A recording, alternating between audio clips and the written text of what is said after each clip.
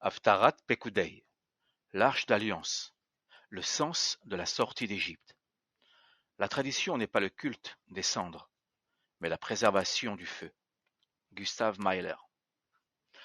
Le premier verset de la Haftarat Pekudei débute par l'accomplissement final des travaux conduisant à l'édification du temple et vient, de la sorte, résumer la parashat Pekudei, rapportant également l'édification de la tente du rendez-vous. Vatishlam kol המלאכה אשר עשה המלך שלמה בית אדוני, ויבא שלמה את קודשי דוד אביו, את הכסף ואת הזהב ואת הכלים, נתן באוצרות בית אדוני.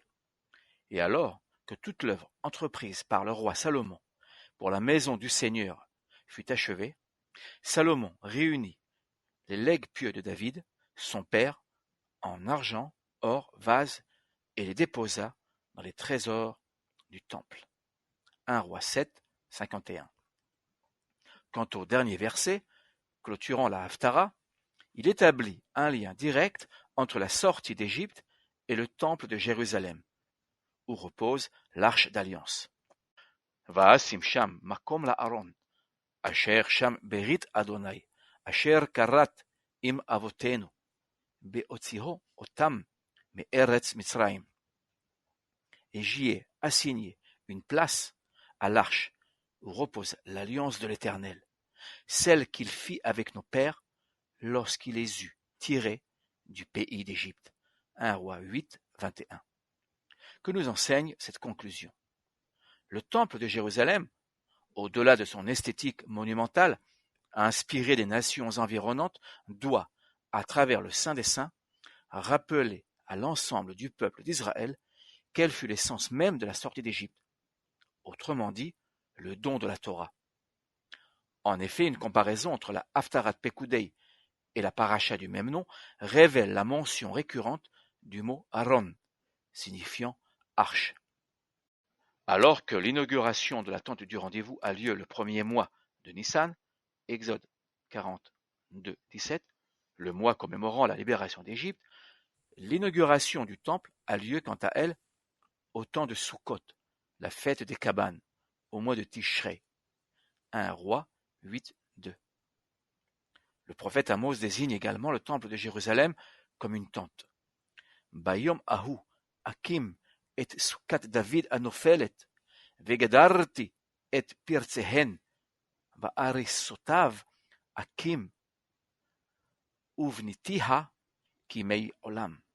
En ce jour, je relèverai la tente de David qui tombe, j'en réparerai les brèches, j'en restaurerai les ruines, je la rebâtirai solide comme au temps jadis. Amos 9, 11. En quoi consiste l'inauguration du temple et quels enseignements pouvons-nous en tirer? L'inauguration de la tente du rendez-vous, ainsi que celle du temple, ont un dénominateur commun, l'introduction de l'Arche d'Alliance au cœur même du lieu le plus saint, à savoir le Saint des Saints. Vesamti sham et Aaron ha'edut, vesakota al Aaron et aparochet. Et tu y déposeras l'arche du témoignage, et tu couvriras cette arche au moyen du voile. Exode 43. Le Saint des Saints dans le temple est également dénommé Devir, le lieu de la parole. Vayavihu hakohanim et Aaron berit Adonai el mekomo, el Devir abayit el kodesh hakodashim, el tahat kanfei hakeruvim.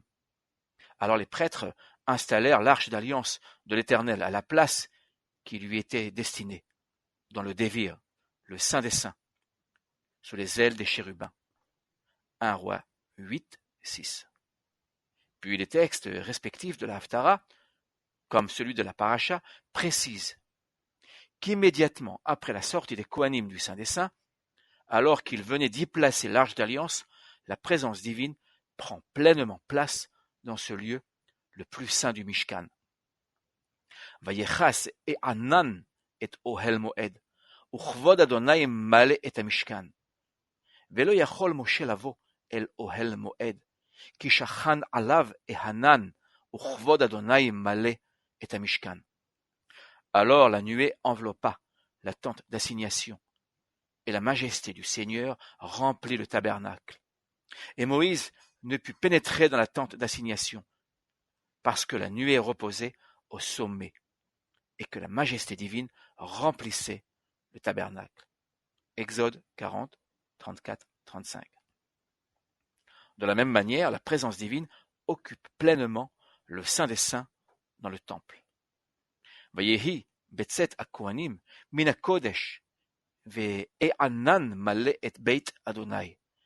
ולא יכלו הכהנים לעמוד לשרת מפני הענן, כי מלא כבוד אדוני את בית אדוני. Or, lorsque les prêtres sortirent du lieu saint, une nuée remplit la maison du Seigneur, et les prêtres ne purent s'y tenir pour faire leur service, parce que la nuée remplissait la maison du Seigneur. 1 Roi 8, 10, 11. Ces sources font écho à l'appel de Moïse par l'Éternel au mont Sinaï. ויעל משה אל ההר, ויכס הענן את ההר, וישכון כבוד אדוני על הר סיני, ויכסהו הענן 6 ימים, ויקרא אל משה ביום השביעי, מתוך הענן. Et Moïse monta sur la montagne qu'enveloppait le nuage. La majesté divine se fixa sur le mont Sinaï, que le nuage enveloppa 6 jours. Le 7e jour, le Seigneur appela Moïse du milieu du nuage. Exode 24, 15, 16. Le temple constitue l'enveloppe, le réceptacle de la parole divine, voué à y résider perpétuellement.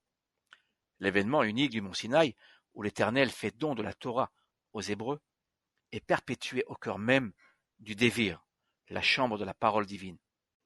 Le roi Salomon n'exprime sa pleine gratitude et ne prodigue sa bénédiction finale au peuple d'Israël qu'après l'introduction de l'arche d'alliance à l'intérieur du Saint des Saints. ויסב המלך את פניו, ויברך את כל קהל ישראל, וכל קהל ישראל עומד. ויאמר ברוך אדוני אלוהי ישראל, אשר דיבר בפיו את דוד אבי, ובידו מילא לאמור. Puis le roi tourna sa face et bénit toute l'assemblée d'Israël, celle-ci étant debout. Et il dit, loué soit l'Éternel, Seigneur d'Israël, qui a dit de sa propre bouche à David, mon père, et réalisé de sa propre main cette parole. 1 Roi 8, 14, 15. Au contraire, de Salomon dans la Haftara, Moïse dans la Parashat Pekudei bénit l'ensemble du peuple avant même d'introduire l'arche du témoignage au cœur du tabernacle. Vayar Moshe et kol amelacha, vehinne asu hotah, kaasher tziva Adonai ken asu, vayevarech otam Moshe. Et Moïse examina tout le travail. Or, il l'avait exécuté conformément aux prescriptions du Seigneur, et Moïse les bénit. Exode 39, 43. Deux conceptions semblent à la fois se faire face et se compléter mutuellement.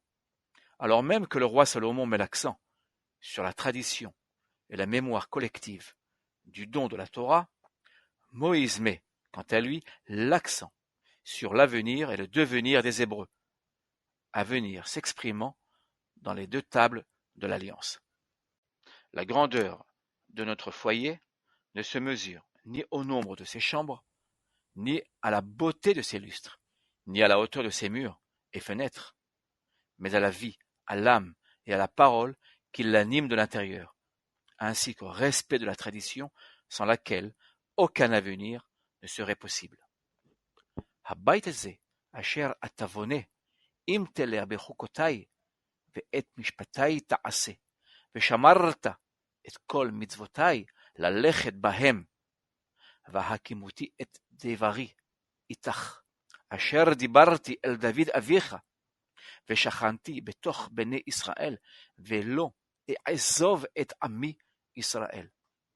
Cette maison que tu édifies, si tu te conformes à mes lois, si tu obéis à mes statuts, si tu as soin d'observer et de suivre tous mes commandements, alors j'accomplirai en ta faveur la promesse que j'ai faite à David, ton père.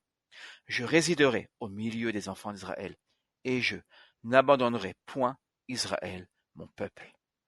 1 Roi 6, 12-13.